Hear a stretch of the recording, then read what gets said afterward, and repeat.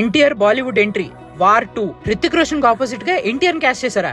ఇంత అద్భుతమైన కాంబినేషన్ లో వచ్చిన సినిమా ఎలా ఉంది అంటే, హృతిక్ రోషన్ ఎన్టీఆర్ పర్ఫార్మెన్సెస్ చాలా బాగున్నాయి, యాక్షన్ ఎపిసోడ్స్ చాలా బాగున్నాయి, ఎమోషన్ ఉందా అంటే ఉందని చెప్పుకోవాలి మరి, కానీ అదంత వర్కౌట్ అవ్వలేదు నా ఒపీనియన్ లో అయితే. NTR and Hrithik were terrific on screen, but దానికి తగ్గట్టుగా స్టోరీ ఉందా అంటే that is a big let down అని చెప్పుకోవాలి. అండ్ అందరూ అనుకున్నట్టుగానే రొటీన్ టెంప్లెట్ స్పై థ్రిల్లర్ లాగే వెళ్తుంది. ఇండియాకి ఒక థ్రెట్ వస్తుంది, దాన్ని వీళ్ళు ఎలా ఎరాడికేట్ చేశారు అనేదే స్టోరీ. నేనైతే తెలుగులో చూసాను, నాకు పాటలు అంతగా ఎక్కలేదు, that is one more thing. ఆ డాన్స్ నెంబర్ అయితే మాత్రం ఇద్దరు భలే చేశారు భయ, ఆన్ స్క్రీన్ మీద భలే అనిపించింది నాకైతే. అపార్ట్ ఫ్రమ్ దట్ మ్యూజిక్ అంతగా నాకు వర్కౌట్ అవ్వలేదు.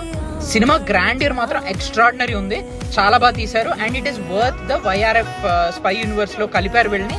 Future of the spy universe is looking bright, but మంచి స్టోరీస్ తో రావాలి, జస్ట్ గ్రాండియర్ ఉంటే సరిపోదు కదా. That's it for the review. Do like, share and subscribe to మన ప్యాషన్. Thank you.